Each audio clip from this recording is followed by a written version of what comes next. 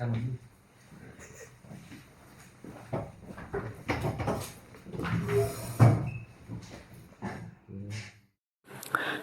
Assalamualaikum. My name is Muhammad Danish bin Azman. My matric number is B11 24 10 502.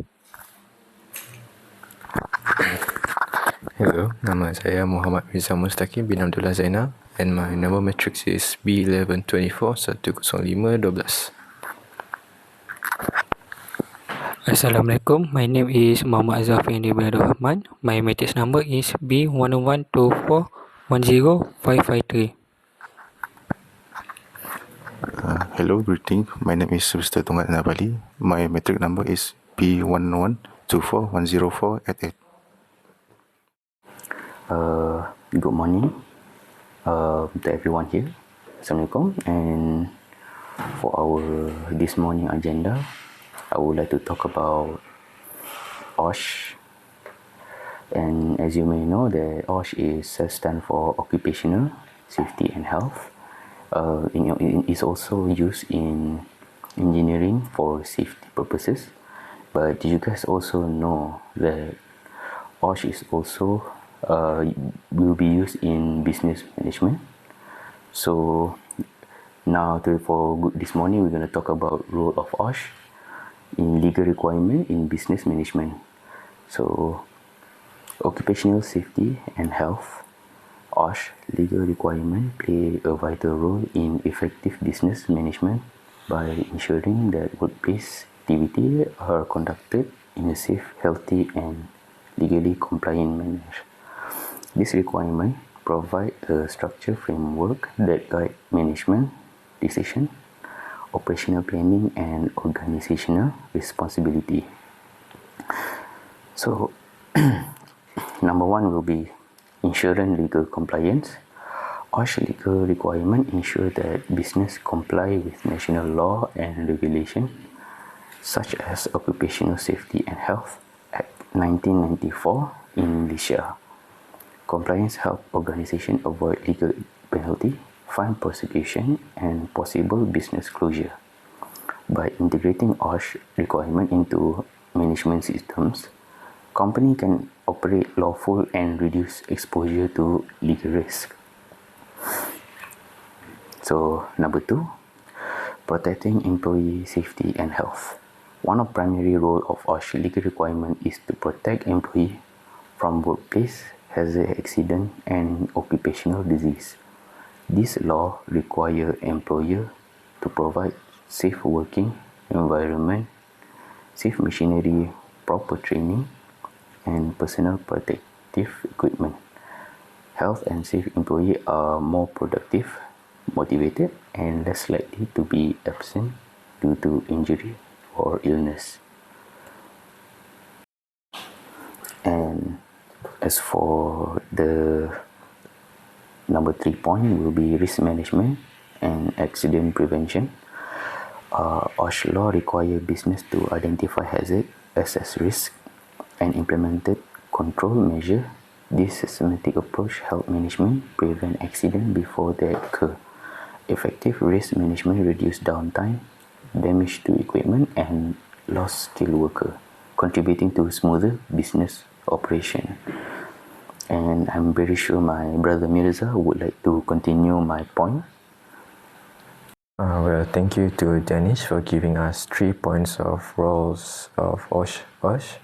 And now I'm going to continue giving extra points about roles of OSH. For the starting, we are going for the 4th points, which is improving business productivity and efficiency. A safe workplace minimizes a disruption caused by accident and injuries. When employees feel safe, they can focus better on their tasks, leading to improved productivity and work quality.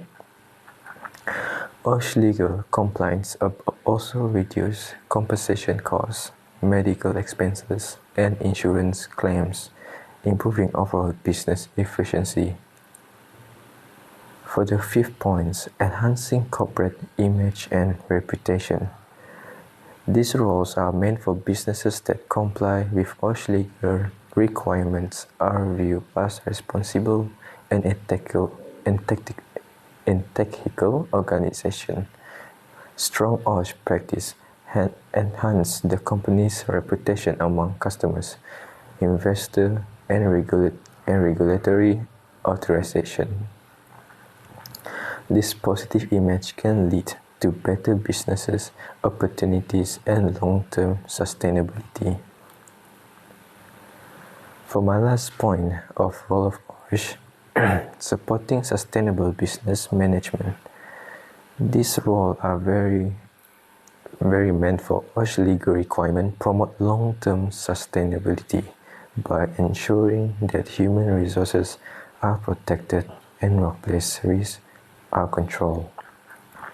Sustainable business recognize that employee safety and health are essential assets by embedding OSH into business management strategies, organization, and archive stable growth and social responsibility. That's all for me. Now I'm going to send to my friend Sylvester for continue another point about something else. Alright, thank you, Miza. Now I will explain about the Occupational Safety and Health Act in Malaysia and its alliance features. So the Occupational Safety and Health Act 1984, OSH, also known as OSHA 1984, Act 514, is a simple regulation governing occupational safety and health in Malaysia. The Act was enacted to ensure the safety, health, and welfare of persons at work and to protect others against risks arising from workplace activity. It represents Malaysia's commitment to promoting safe and healthy working environment across all major industries. So, this OSHA 1994 applied to most sectors in Malaysia, including manufacturing, construction, mining, agriculture, utility, transportation, and service, with the exception of armed force and domestic service. The Act is administered and enforced by the Department of Occupational Safety and Health under the Ministry of Human Resources. So, the main objective is to preventing the measure, focusing on eliminating hazard at the source rather than dealing the incident after they occur. So, next for the alliance feature of OSHA 1984. So, for the first one is self-regulation approach. One of the most important features in OSHA 1984 is the concept of self-regulation. The Act places the responsibility on employer and employee to manage safety and health at the workplace. Instead of relying solely on the government enforcement, organizations are expected to develop their own safety system and practice. So, the second one is general duty of employer. So, in OSHA 1994, the general duty on the employer is to provide safe working environment, to ensure safe safety of work, to provide safe machinery, equipment, and substances, offer adequate information, training, instruction, and supervision. So this duty to ensure that the safety and health are integrated into daily business operation. Next, for the third one is duty of employee. The employee are also assigned responsibility under the Act. They are required to take reasonable care of their own safety and health, avoid action that may endanger others, comply with safety instruction and procedure, properly to use personal protection equipment, which is called PPE. This requirement to ensure and also to promote a strong safety culture in the workplace. Next, I will pass to our group mate. Thank you, Sylvester. I will continue to point number 4, which is safety and health commits. The Act requires the establishment of a safety and health commit in workplace with 40 or more employees. The commit facilitates cooperation between management and workers in identifying hazards, discussing safety issues, and improving workplace safety practice. Next is point number 5, protection of other persons. OSHA 1994 not only protect employees but also safeguards members of the public, contractors, visitors, and others who may be affected by workplace activities. This feature ensures wider social protection beyond the workforce. Point number 6, enforcement and legal power.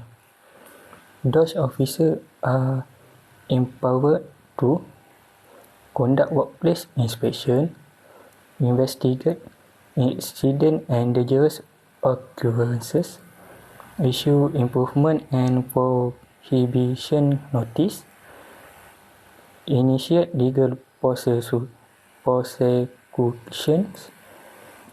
This power ensures effective enforcement of the Act. Point number 7, penalties for non-compliance. Failure to comply with OSHA 1994 can result in fines, imprisonment, or both. The penalties serve as a deterrent and encourage organizations to prioritize safety and health management. Okay, for the conclusions, the Occupational Safety and Health Act 1994 provides a comprehensive legal framework for managing workplace safety and health in Malaysia. Its emphasis on self-regulation, shared responsibility, and preventive measures make it a vital tool for reducing workplace accidents and occupational disease.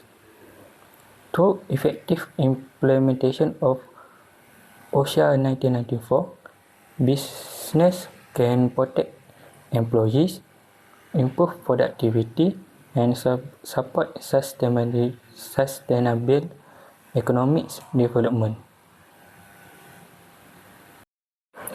Before we end our discussion, I have one question for you, Dennis. What will happen to a business if the OSH legal requirements are ignored? Can you briefly explain what will happen? A very good question from Sylvester. So, if OSH legal requirements are ignored, a business may face workplace accident, legal penalty, fine, prosecution, and even shutdown.